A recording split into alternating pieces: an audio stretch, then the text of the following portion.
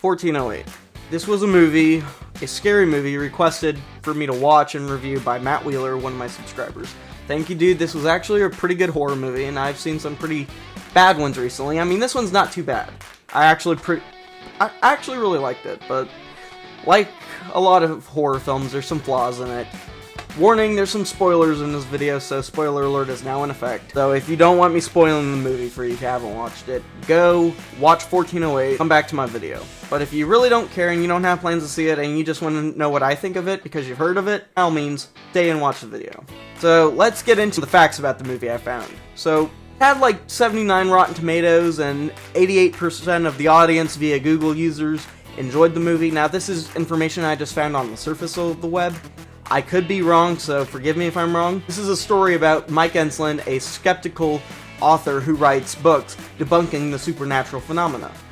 And he hears of the Dolphin Hotel, which has a supposedly haunted room, 1408, which had several deaths, 56 to be exact. He wants to write the ending, the closing chapter to his next book, and he thinks writing about 1408 would be perfect. And Enslin ignores the hotel manager's warnings not to stay in the room, and then he's subject to real psychological terror. So, this was released June 22nd, 2007 in the USA. Director was, forgive me if I mispronounce it, Michael Hafstrom. Screenplay was by Scott Alexander, Matt Greenberg, and Larry Karaszewski. And it made $133 million in the box office. Now, I've never read 1408, which is the book that was written by Stephen King that this was based on. And on here, it says ranks with The Shining as one of the best Stephen King adaptations ever. It's actually one of the better ones I've seen because some of the other Stephen King adaptations I've seen I just didn't like. Now, let me get into my thoughts of the movie. Here's what I liked. It had a very interesting story. The movie definitely wasn't boring, which I look into horror movies that are actually interesting and aren't boring. Like, I've seen a lot of horror movies that are just boring and I just stop watching them. Now, the acting was phenomenal. Like, John Cusack delivered an amazing performance. Samuel L. Jackson did a really good job as a hotel manager too. He just was really creepy for me. And it really messes with your head. Like, there's a part where after he deals with a lot of shit going on in the hotel room, he thinks he escapes the hotel room, and I'm gonna later find out he's still in the hotel room, and it just really messed with my head, that one part in the movie. And there was also like a part where he was in the vent trying to find a way out, and then he sees a glimpse of his wife holding their deceased daughter when she was a baby at the time, and he's just seeing glimpses of himself when he was younger and when his daughter was alive. Now, those parts really mess with your head. Another thing I liked about it, it had a very deep emotional plot line of Enslin being a father dealing with grief after losing his daughter to cancer.